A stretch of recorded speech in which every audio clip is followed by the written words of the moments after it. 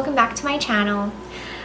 So I'm sorry that I haven't posted videos lately.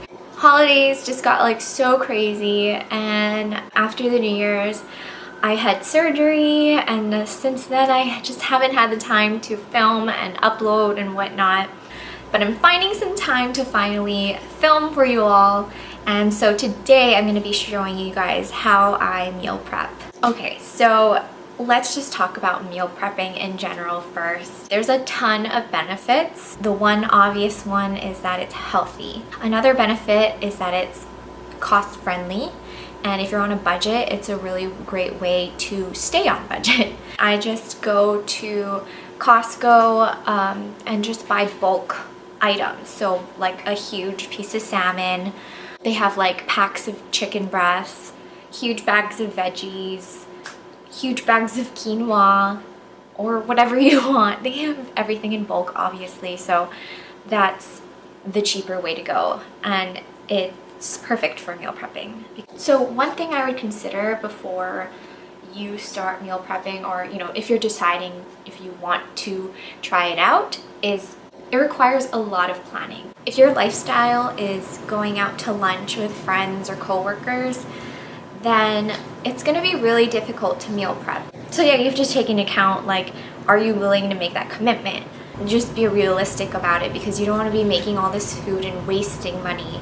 I like to plan about 5 to 6 meals for the next like 4 days. The longest you should leave food in your fridge is like 5 days, and then you should probably throw it out because bacteria can grow.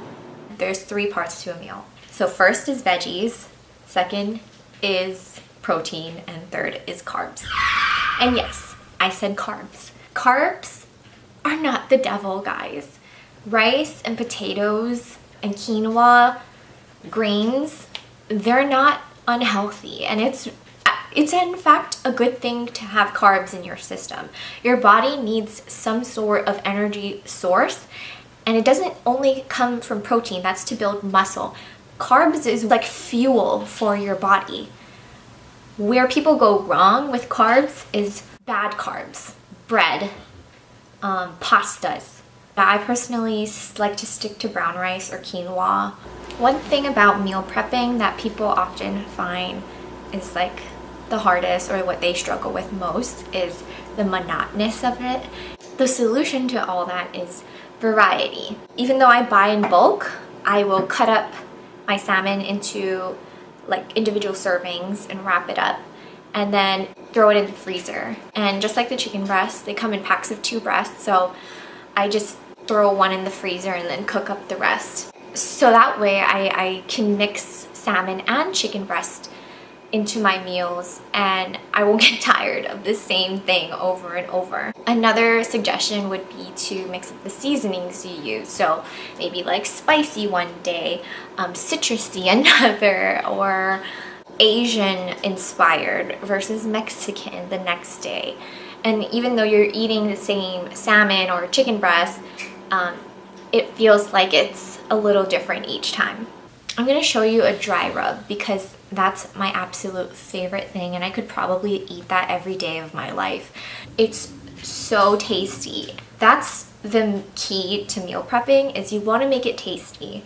All of the different types of herbs and seasonings that I use helps to make meal prepping bearable. So I'll be showing you guys that, and then I'll be showing you guys how I prep the protein and veggies, and then I'm going to show you how I cook all of that, and then how I pack it all up for the week. So yeah, I hope you guys stick around, and I hope you like my video. If you do, please throw a thumbs up or subscribe. I promise I'll be back with more videos. Comment below with any ideas that you want to see me do, but I hope you enjoy this video. Thanks, guys! Okay, so my dry rub starts with 1 tablespoon of iodized sea salt. I go in with another tablespoon of garlic salt, and 1 more tablespoon of pepper.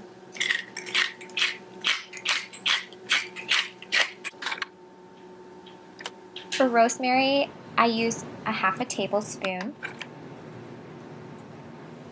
another half tablespoon of thyme, and 3/4 of a tablespoon of chili powder. I used another 3/4 tablespoon of cumin, and here I have about a 1/4 teaspoon of cayenne pepper. I usually have paprika or smoked paprika, and if I add it, it's usually about a half tablespoon. So here I'm going to be cleaning up some Brussels sprouts. I like to just peel off the outer layers, just because it could either be wilted or dead. Another reason why I like to check the leaves is because sometimes there can be bugs and you'll see like little webs or holes in the Brussels sprouts, and if you see that, you just kind of want to toss those. So yeah, I'm going to just finish up cleaning all the Brussels sprouts, and then I'm going to give them a good wash. I have a zucchini here as well. I didn't film too much of the zucchini prep because it's pretty simple. I just chop it up and blanch it really quickly and then salt and pepper it. So here I'm going to be prepping the Brussels sprouts. I just cut off the butts and then cut them in half. I do that for the rest of them, and I let them dry before I season them with the oil and salt and pepper. Alright, I'm going to just chop up a few of these, 3 garlic cloves for this amount of Brussels sprouts. But yeah, I'm going to go ahead and mince those up.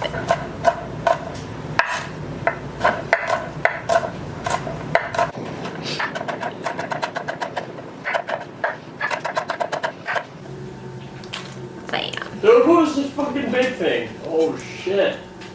As you can hear, my boyfriend is playing COD Zombies. So if you hear like swearing in the background, that's him. Alright, so to this, I'm going to add olive oil. That was probably like 2 tablespoons. Just enough so that like everything gets coated. Right, and then some salt. I would say that was like half a teaspoon. I'm gonna guess that this is gonna be about a 1/4 teaspoon of pepper. Toss that. So I've got a sheet pan here, and what I like to do is line it because I hate dishes. And if you line this, one, it'll be easier to wash later, or you may not even have to wash it later. So to this, I just throw on the veggies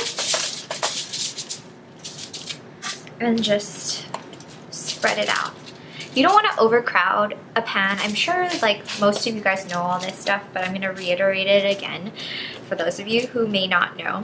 Don't overcrowd a pan, especially when you're roasting things in the oven. Roasting is a method of cooking which you get nice caramelization. It gets all crunchy, and if you overcrowd a pan, it's all just going to steam, and then pop it in the oven.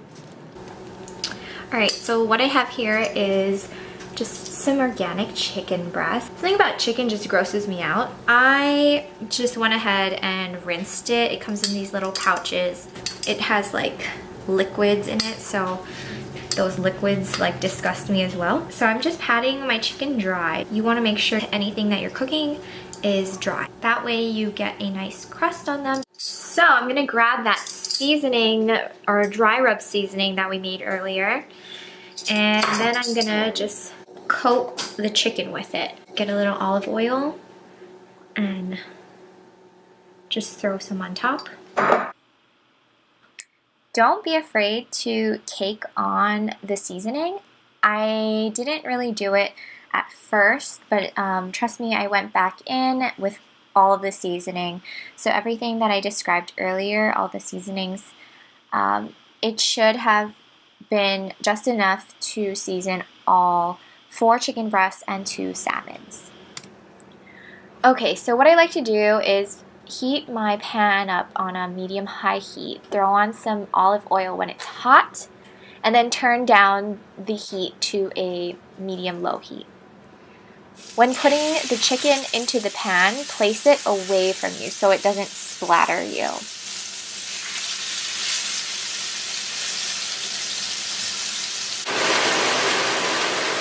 Alright, sorry for all the noise. I am cooking up the chicken right now, and I don't want to show you guys, or I don't want to get too close because I don't want my camera to get all greasy, so I'm going to be talking really quick about the starch. So I usually just grab quinoa from Costco, and I just follow the directions, or I'll add chicken broth to make it a little more tasty. I actually ran out of quinoa, but I did manage to find these really great packs of quinoa and brown rice with garlic, and I know my Brussels sprouts are going to be ready in a sec, so I'll show you guys what that looks like. But I wanted to show you guys these packs. It comes in a box at Costco. It's pretty expensive, but it's really, really great for those people who are like in a rush. This isn't probably like the healthiest thing in the world, but it is better than other types of starches. Okay, I'm gonna take a quick peek at the Brussels sprouts. Take a look at those. Those look so good. The chicken I cook about 15 minutes on a medium low or low heat, depending on how hot your stove gets. I like to let it rest for another 10 minutes, and then I cooked my salmon in the meantime, and that takes about 10 minutes as well. Once it's all rested, then you can slice into the chicken.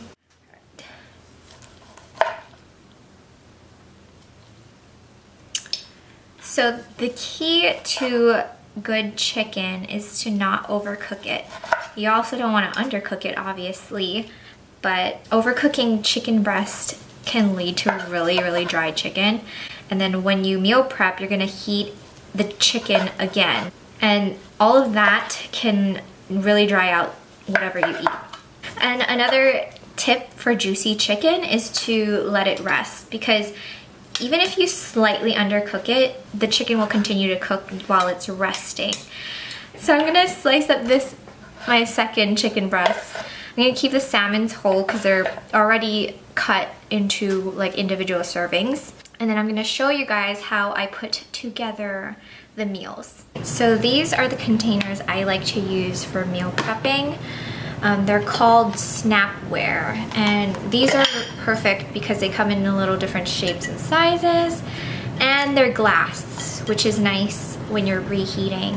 I don't really like to reheat food in plastic just because I really think that's unhealthy, but these are perfect. Okay, so I start off with quinoa or brown rice, the starch, and what I like to do is just keep it in like 1/4 of the container. Then I go in with the veggies.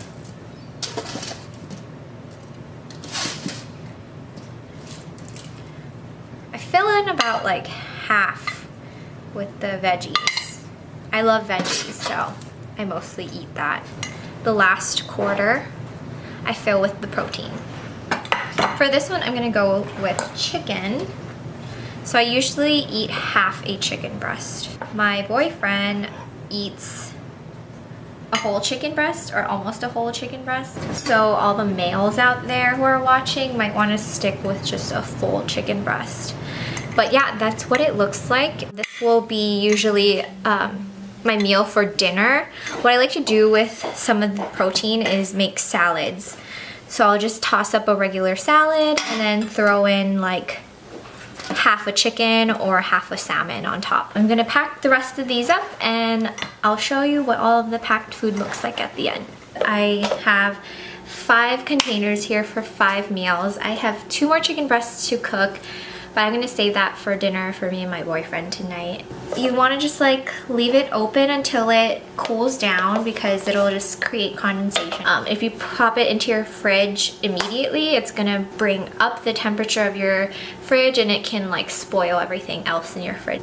Okay, so yeah, that's basically it for my meal prepping. I hope you guys enjoyed this video. If you did, like I said, throw up a thumbs up or hit subscribe. But thanks for watching, guys. Bye!